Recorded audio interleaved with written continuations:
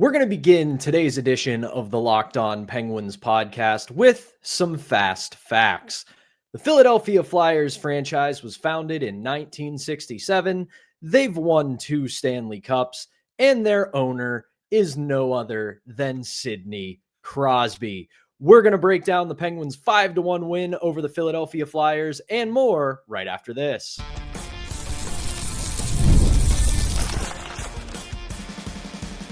You're Locked On Penguins, your daily podcast on the Pittsburgh Penguins. Part of the Locked On Podcast Network, your team every day. Welcome into another edition of the Locked On Penguins podcast. I am one of your hosts, Patrick Damp. You can follow me across all social media platforms at synonym for wet. Joined as always by the one and only my good friend Hunter Hodes. You can follow him on Twitter at Hunter Hodes. You can follow our show's Twitter account at LO_Penguins. You can find us on Instagram at LockedOn_Penguins and on TikTok at Locked On Penguins. Of course, as always, we appreciate you making us part of your daily routine. And don't forget that we are free and available wherever you get your podcasts, as well as YouTube. Plus, if you're following us on YouTube, which you should be, make sure you've hit that notification button. That way you can be among the first to know when we drop our daily Monday through Friday episodes. Before we get started, this episode is brought to you by FanDuel. So if you want to be right in the middle of the action this season, visit FanDuel.com and place your NFL live bets all season long. 5-1 Penguins over the Philadelphia Flyers in what might have been the Penguins' most complete effort of the season. They walk into Philadelphia. They layeth the smacketh down on the Philadelphia Flyers, and all is right in the world. As I said at the top, you got to begin with the captain, number 87. I was going to use the cliche line, Hunter, because we talked about it before we hit record. There are very few guarantees in life. Death, taxes, and Sidney Crosby just torturing Philadelphia Flyers fans. 2 goals on the night. He has now scored the most points against the Philadelphia Flyers in their history. That man loves torturing that poor team. And it was so funny. He almost had the hat trick last night. It was a beautiful feed off of Evgeny Malkin, and Dan Vladar made the save, and Sid was smiling after. He went to the bench. He was kind of just like, man, I really wanted that one. He was even talking about it to the media after the game too, Pat. He really wanted the hat trick just so he could probably hear some more boos. And it's still so funny. At this point, Flyers fans will never stop booing him. I got to respect the commitment to that bit, but he lives to torment those people on the east side of the state. And I go back to this tweet from Penguins PR last night, and it reads, including everyone to ever play for the Flyers, only 38 skaters in NHL history have more goals at the Wells Fargo Center than Sidney Crosby's 27. Crosby is NHL's all-time leader in goals, assists, and points against the Flyers. It really is crazy. First goal, right place, right time, goes to where you score dirty goals, right in front of the net, cleans up the garbage. A little bit of a bad rebound from Dan Vladar. The second goal, what a piss missile. And that was a beautiful zone entry from Erik Karlsson. The pass from Brian Rust also to Crosby was exceptional, and Crosby made no mistake. Another outstanding game. He now has 18 goals on the season, Pat. Only 2 behind Morgan Geekie and Nathan McKinnon for the most goals in the NHL. But for this performance as a whole, I felt this was by far one of the Penguins' best games of the season. And it's not a coincidence that this would happen with more of the young kids in the lineup. We're going to get into more of that a little later on in the show because I have some good numbers to go over when it comes to the McGroarty, Kindel, Koivunen line. But you could tell, Pat, the vets, they fed off the kids that were in the lineup. And I think that really helped towards them having one of their best games of the season. Also, shout out Tristan Jarry once again. He was exquisite. You're right. And you beat me to the punch on that one. The 2 biggest factors I have to give, not to steal from our compatriot Chris Carter over on Locked On Steelers, if I'm going to give out stars for this game, Tristan Jarry absolutely gets one. He was locked in all night. I was a little worried early in the game, first 5-6 minutes, because it looked like it might be a struggle game for Tristan Jarry early on, because he did a little bit of moving around the crease. He was a little up and down, and I kind of winced and went, oh no, is this going to be a Jarry regression game? And it wasn't. He ended up locking in. He made a lot of big saves. And then to feed into him playing well, the second period with the parade of penalties. And I saw some people complaining about it. None of it was unfair. On the first one was, I thought that was a dive on Konechny's part. And I was making the diving notion. My fiance was like, what are you doing? And I had to explain to her what the diving motion was. That one should have been 4-on-4. The other two, especially Letang's, I agree with. But that first one, come on, that's soft. Yeah, but at the end of the day, of the 6 penalties and 6 power play opportunities that the Flyers got throughout the game, the majority of them were legit. They were penalties that you don't want to see a team with a lead taking. But the penalty kill was fantastic, especially Blake Lizotte. He is just an absolute warrior on the PK. His work is going largely unheralded this year, but if you want to talk about a player who's not getting enough credit for this team's early success, Blake Lizotte is in on that. And then Tristan Jarry, when he needed to, made some massive saves during that second period when the Penguins were parading to the penalty box. So that was a huge effort by the Penguins. They continue to have really good special teams. The power play goes 3 for 4, 75% on the night. And they continue, as of Tuesday morning, to be the league's top power play at 33.3%. Again, last night, bit of an outlier, getting 4 opportunities, because as we've seen, this team is not getting a ton of power play chances, but when they get them, they are taking advantage of them. And it's all simple. It is all just good puck movement, taking what the opposition gives you and finding the back of the net. There have been times over the last couple of weeks where the power play has looked a little bit rancid, but it's been few and far between when you compare those to the overall season, where with 25 games where the power play has just been so crisp. The movement has been great. The zone entries have been great. They have the shoot first mentality. They're going to the dangerous areas. They're also getting some goals right in front of the net. Everything about the unit is so crisp right now. And the Flyers PK, Pat, it's no slouch. It's one of the 5 best penalty kills in the league. And they're not, New Jersey or Carolina where they can run a power kill, but it's usually pretty close. They usually get pretty aggressive. Not to that level, but it's still aggressive. You didn't see any of that last night. Penguins power play took that penalty kills lunch all game long. They did. And I will say this as well. As we record this on Tuesday morning, now the Penguins have top 5 units in both power play and penalty kill. They currently sit 4th in the NHL for the PK at 84.9%, obviously just a shade under 85%. And very similar to the power play, there's not a whole lot to break down here. There's not a whole lot to look at the film, because you look at their PK this year, when it's working, it's really nothing but hard work and discipline. They're staying in the correct positions, and they are just winning puck battles, and they are putting the pressure on when it's necessary, backing off when they know it could be a problem. And again, I'll bring his name up. Blake Lizotte, man, that dude, especially during the 5-on-3s in the second period, was an absolute animal, and he deserves full marks for that effort last night. One of his best games of the season. And the best part about his game last night, Pat, especially on the PK, he was reading plays before they even happened. He knew exactly where the puck was going to go. He put himself in position to get those clears, and he made it look so easy. His hustle is off the charts. His tenacity is off the charts. This is a player that also plays his ass off almost every single game, and he is one of the top penalty killers on this team. He was making quick work of that 5-on-3 before the Flyers eventually cashed in. It's funny, if the Flyers hadn't scored at the very end of that 5-on-3, they were about to get another penalty just because It was the Letang high stick penalty, but he was fantastic once again.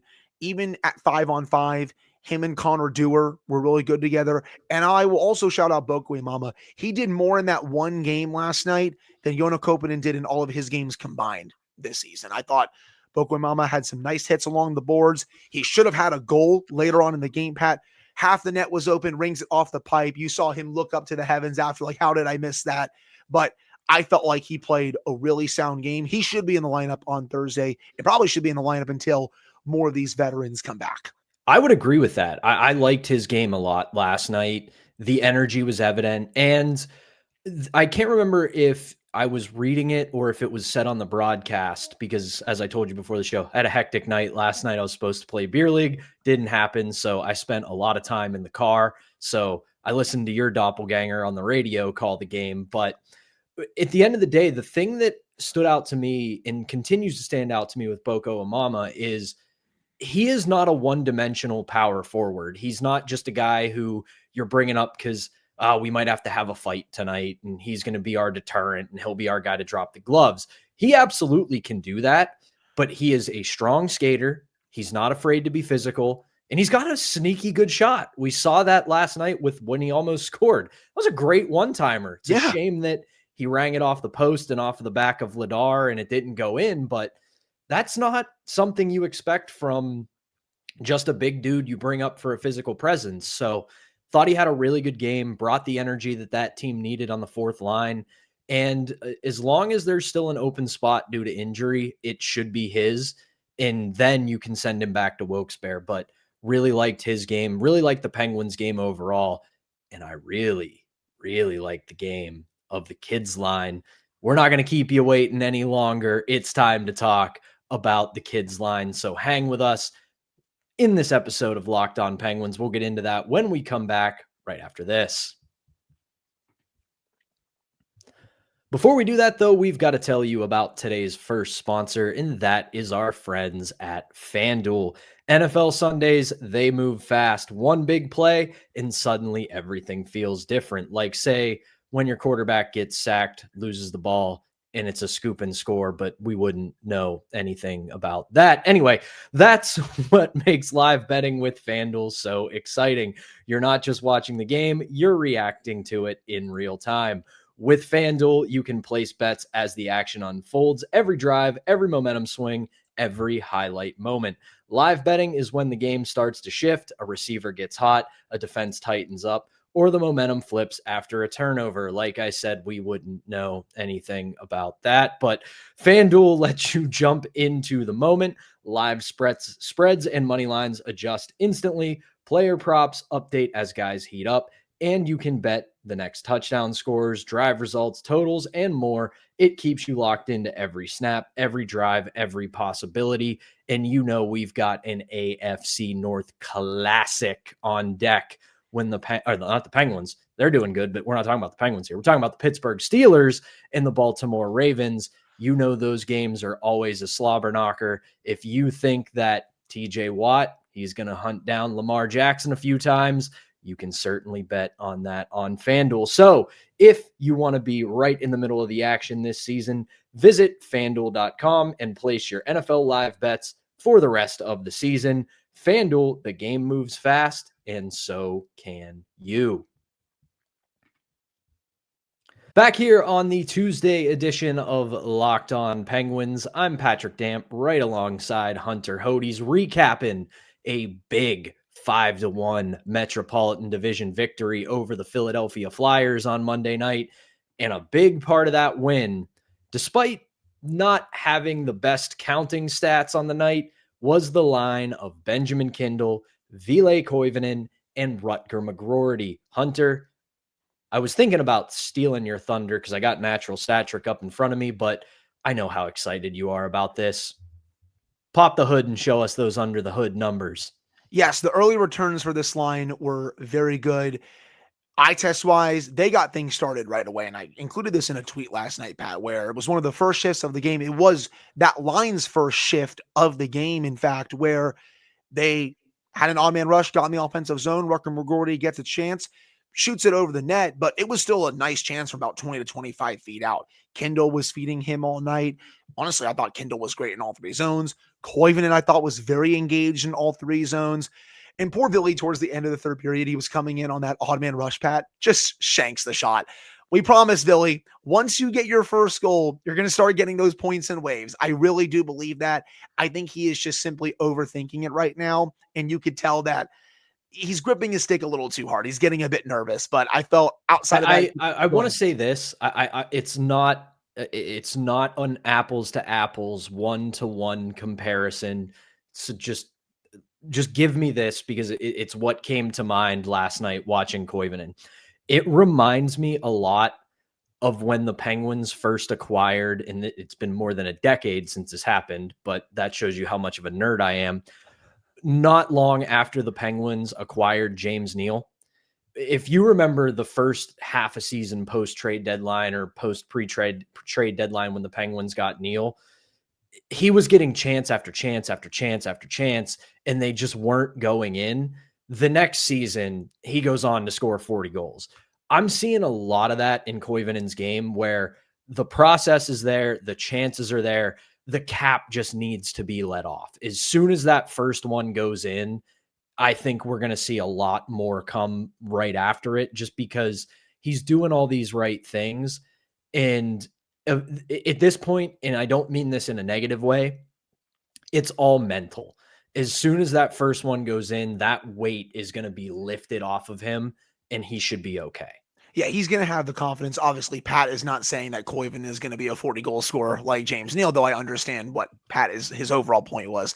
But I do think once he gets that first one, you're going to see him get, more points. You're going to see the playmaking start going as well. I think it's just confidence and he's just gripping his stick a little too hard. As for the underlying numbers, at 5-on-5, this line played just about 10 minutes. When they were on the ice, the Penguins had almost 59%, 58.8% to be exact, of the shot attempts. They also had an expected goals for rate of 70%, 70% of the scoring chances, and 66.6% of the high danger chances. They were living in the offensive zone all night. I know it was only one game. Give me more of this line. I included it in a tweet as well. I really felt like a lot of the veteran players fed off of that line. And Rutger, only one game, but you can see how much he has grown from the start of last season and even at the end of last season to now, because he's had a great start in Wilkes-Barre. He looked confident last night. His skating looked better. He had a couple of really nice chances on Dan Vladar that either A, he made the save, or B, went over the net. I thought Kindel had a couple glorious chances as well. The shorthanded chance, Pat, almost went in. That was a really nice shot. And again, even Villie Koviunen, I thought he was engaged all night too. So only one game, small sample, but the early returns are really good. Give me more of that line, even when potentially some guys come back. Here's the thing I'll say about this line. I know I love to make the reference of this isn't EA Sports NHL, it's the real world, but this line is basically if you were to build a line in EA NHL, because all three of these players bring a little something different to the table and it all meshes together. Ben Kindel is right in front of our eyes developing into a solid two-way centerman. He is good 200 feet of the ice. He's got a little bit of an offensive touch. He's really good defensively. And then you look at someone like Koivunen, though I made the James Neal comparison. He's not a pure goal scorer, but he is a good playmaker.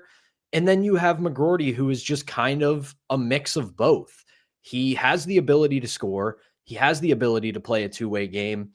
And speaking of his skating, he had some bursts last night where if you compare him last year to him this year, not only has he gotten a step faster, he's gotten quicker. His first couple steps, even when he got better at the end of the year last year, you still saw a little bit of that where you went, those first couple strides, they're getting there, but they're not there quite yet. Last night, and what we saw with him in Wilkes-Barre, the dude has put speed on his game, and he is not a small player. He's not a little guy. So his size mixed with getting some quickness into his game, I don't want to put too much hype on him. I don't want to overinflate expectations, but the fact that he's that size and he can move like that is he develops into a full-time NHL player. That kid could be a problem for a little while. I agree. And there's also a chance you could see him on Crosby's line at some point later on this season. I know fans have been wanting that, but I was totally happy to see him on the kids line for this game. Kevin Hayes, believe it or not, has actually been okay on Crosby's wing, if you can actually believe it. He had that really nice goal last night against the Flyers. And don't get me wrong, people, this isn't going to be a long-term thing. He's very much a placeholder until Ricard Raquel comes back. But at least for the time being, small sample, Hayes has been all right on the top line. It's not something you're going to want for the rest of the season, and it's not going to happen for the rest of the season. We have to see once this team gets healthy, Pat, if he's even going to be in the top 12. But as of right now, he is at least playing all right, had that nice goal. And I also do want to shout out Tommy Novak last night as well. I thought he was really good once again. And as I tweeted, he's really a player you can play in virtually any situation, either power play unit, either line on 5-on-5, whether it's the second line or the third line. If you want to try him maybe a little bit on the penalty kill, I guess you can. But he's a Swiss Army knife. And I wrote about that for the Hockey News over the offseason. I know he's been inconsistent this year, but I felt like he played another one of his best games for the Penguins on Monday against Philly. Ever since last week, he's been really putting it together. I thought at the start of the season as well, he was getting those chances, but wasn't getting rewarded. Over the last week, he's now been getting rewarded, and you're seeing why this is still a player that can really help the Penguins, even though I know he has frustrated some fans this year. And it's with Novak, it's what we've been saying the past couple of episodes. It also relates back to Muse's comments where he said, we don't want to be here to be happy about the process. You eventually want there to be outcomes. And as of the last week, there have started to be outcomes for Tommy Novak. As good as he has been playing, we have said it. Eventually, it's got to lead to something. And now it finally is. The challenge, as we so often say, is keeping it consistent, making it happen more often than it doesn't, because again, this team very clearly has expectations of getting back to the postseason, and we're going to hold them to that standard on this show. So we're going to critique them in that way, but I like his game. There's one more player, and I know you're going to laugh, that I don't think it's who you think I'm going to say, who I've got to give a shout out to, because we were not kind to him on Monday's episode. I liked Ryan Graves' game last night. He was good defensively. He threw a few hits. And what have we consistently said about Ryan Graves? You are a guy with that size. You have to use it. If you're not going to be great offensively, which we know he isn't, you've got to do something. He was physical when he needed to be. He had solid gap control. Was it a great game? No. But again, if we're going to be objective and fair on this show, we can't just call him out when he's bad. We have to acknowledge when he's good. Let me rephrase that. Go ahead. Maybe not good, but he was better last night. He was better. Compared to the last two games, absolutely. Yes. I didn't notice him in a bad way, which is good because, again, we have nothing really to complain about in that type of situation. But I will say he was better than the last two games. That's really it. But I will give him a little bit of credit for the physicality, playing at least a little bit better in his own zone. We all know he's not going to be giving the Penguins any offense, but at least he was okay on the third pair. All right, Pat, let's get into it to end this segment, and let's get to the rest of the week. Trevor Zegras is an absolute clown, and that's all I really have to say on that. He's out here, head faking Connor Clifton. And look, man, I don't think a lot of Connor Clifton, but do you really think someone like Clifton, who is known for being physical, is going to fall for that crap? It's just hilarious to me. That guy is just such a loser. I listen, I'm of a couple mindsets, maybe not even more than two, but one, I agree with your point. Like, I understand trying to agitate the other team, and with where Trevor Zegras' career is right now, he is having a bit of a renaissance offensively with the Flyers. Obviously didn't happen last night, but he's a guy who has struggled to really build on his career. He's struggled to find fits, especially when he was on his way out in Anaheim. So I understand him trying to find a niche in being an agitator. You're never going to lose money in the NHL by having the ability to agitate your opponent. But the problem I take with it is, again, I have got no problem with agitators. Granted, I didn't play any serious high-level hockey, but it was the niche I carved out. I was a great agitator. I was able to get under players' skins, but at the same time, you look at what he has done, especially in the 2 Penguins games this season. Noel Acciari is engaged with someone else, and you go after him.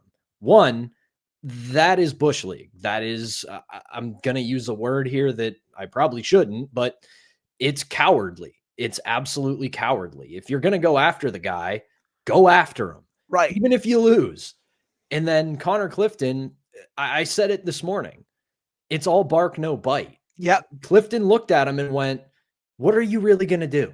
You're not going to do anything. He just has a baby face. Like, we all know you're not going to be physical. You play like half of a rat. Like, I don't respect I've got to give credit to Eric Majeski, who brought this up. A couple years ago, Crosby went at Zegras again in Anaheim, and all of us kind of went, why? What is going on here? Like, it's Trevor Zegras. Who cares? After the last 2 games against the Flyers, I think Sid knew something none of us knew. Yeah. And it looks like he was correct. So that was just a dumb moment and just an absolute loser energy from Trevor Zegras. Good player. He's going to be a big part and a thorn in our side for years to come. But last 2 games, the dude has not painted himself in glory. But the villain art is at least there, Pat, for this rivalry. He's painted himself as a villain, which I think the rivalry has really needed, but definitely big loser energy. And he's just doing stuff that, I'm sorry, I don't respect on the ice. But the world just feels right when you've got a Penguins-Flyers rivalry burning hot. Just makes things feel good again. But that is going to do it for our recap of the 5-1 win over the Philadelphia Flyers. When we come back, we're not going to preview the rest of the week, but we do got to take a look at it because the road, it's going to start getting a little bit more difficult here, and a 5-1 win on Monday really helps this team's case. We'll do that when we come back right after this. But we've got one more sponsor to get to, and that is Drip Drop. When I'm hydrated, everything just works better. My focus, energy, mood, and even my skin. And that is why I have been using Drip Drop. It's doctor-developed hydration that keeps me running at full power, no matter what my day looks like. Drip Drop, it's not your average sports drink. It delivers 3 times the electrolytes and half the sugar of leading brands, using a science-backed formula trusted by medical professionals, firefighters, and over 90% of the top college and professional teams. Guess what I'm doing once we finish recording this episode? I'm hitting the gym. Guess what's in my gym bag for once I'm done? Packet of Drip Drop because, listen, I'm already this height, guys. I can't be growing outwards, so got to get myself in shape, and part of that is hydration, and I'm going to work hard, so I'm going to need that hydration to replenish everything I'm losing during that workout, and Drip Drop not only gets that done for me, it's not like those protein shakes or anything where I got to choke it down and pretend it doesn't taste good. It's pretty damn tasty. So big fan of Drip Drop over here. And right now, Drip Drop is offering podcast listeners 20% off their first order. Go to dripdrop.com and use promo code LOCKEDONNHL. That's dripdrop.com, promo code LOCKEDONNHL for 20% off. You're going to want to stock up now because even though it's snowing in Pittsburgh today, we know that heat and humidity is right around the corner, and Drip Drop will help you out with that. So keep your body and your mind performing at their best with Drip Drop. Finishing up the Tuesday edition of Locked On Penguins, I'm Patrick Damp, right alongside Hunter Hodes. Big rest of the week for the Penguins. They are obviously off today. Then they are off again on Wednesday, but Thursday is going to be a big test, as will Sunday. Thursday, they head south to see old pal Jake Gensel and the Tampa Bay Lightning, who they're just kind of using this year as, hey, did you guys forget about us? You probably shouldn't have, because they're pretty hot. And Dallas, as always, in the West, one of the better teams. I don't want to make a grand declaration about 2 early games in December, but they're going up against 2 teams who I am very comfortable saying are legit contenders. We will see how this team stacks up against both of them.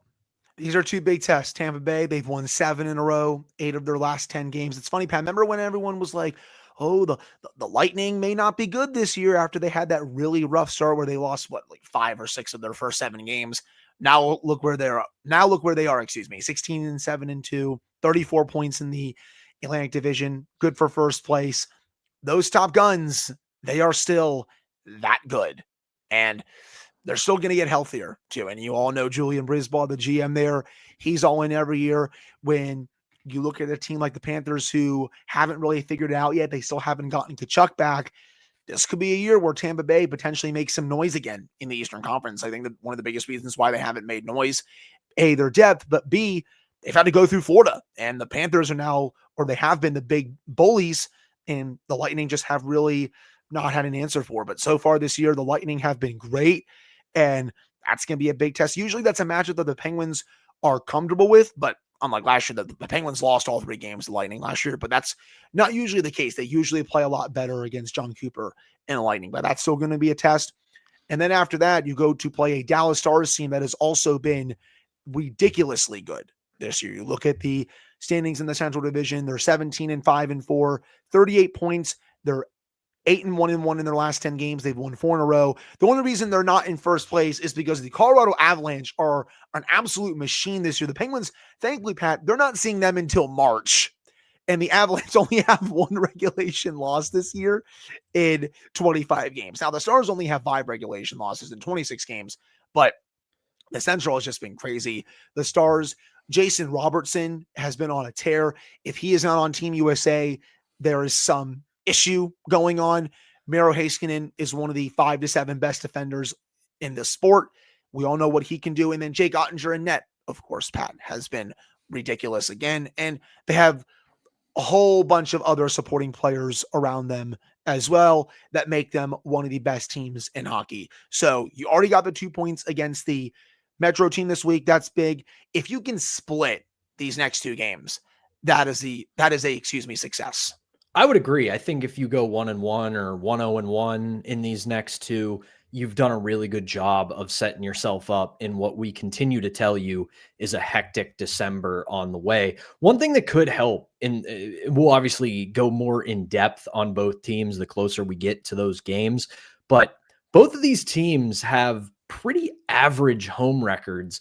You take out the overtimes, they are both 8-5 on home ice. Granted, over 500, but it's not like they are 2 teams who, when you go into their building, you can schedule up a loss. They're doing okay at home. Granted, for the Penguins, they're not exactly road warriors, 7-3-3. So if you don't account for the overtimes, 7-6, but it's 2 teams who are fine enough at home and a team that's fine enough on the road. I'll give the Penguins this: 7 wins on the road is nothing to sneeze at this point in the season, but also you have 6 losses. So it's funny that you look at these games going into them, the Penguins have a big opportunity in front of them, but it's also just such a massive test because, as I said, these are 2 legit teams, one in the East, one in the West.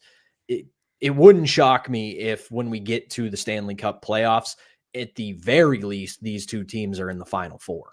100%. I mean, these are 2 big measuring stick games. You're going up against bona fide contenders. We all know how great Tampa Bay's top line is. We all know how good Dallas's forward group is. Heiskanen has been awesome. Ottinger and Ned, who might be on Team USA. These 2 teams have what it takes to go deep. So this is going to be a lot of fun. And also, Pat, just one more stat before we end the show here. I didn't bring this up. I should have. Penguins now against Metro teams this year, 5-1-3. You take out the overtime losses, it's 5-4. But Pat, only 1 regulation loss against Metro teams so far. That's pretty big when you compare it to the last couple of years. This has been a team that's really struggled against Metro teams to get points. You have points, at least 1 point, in basically every game against a Metro team this year. 5 games where you got 2 points, but still, remember those at the end of the season. They got to keep playing against the divisional teams well. And we're 25 games in. I think with where they're at right now, this is a much better team than any one of us expected.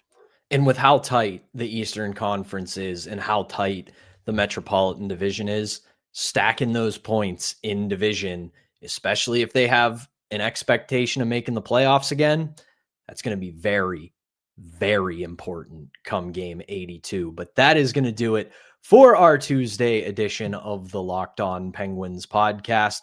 Hunter and I will be back on Wednesday. We will be giving out our Warrior helmet for the MVP of the week, as we do every Wednesday, and recapping any news that happens between now and then. So for Hunter Hodes, I am Patrick Damp. Thank you as always for tuning in.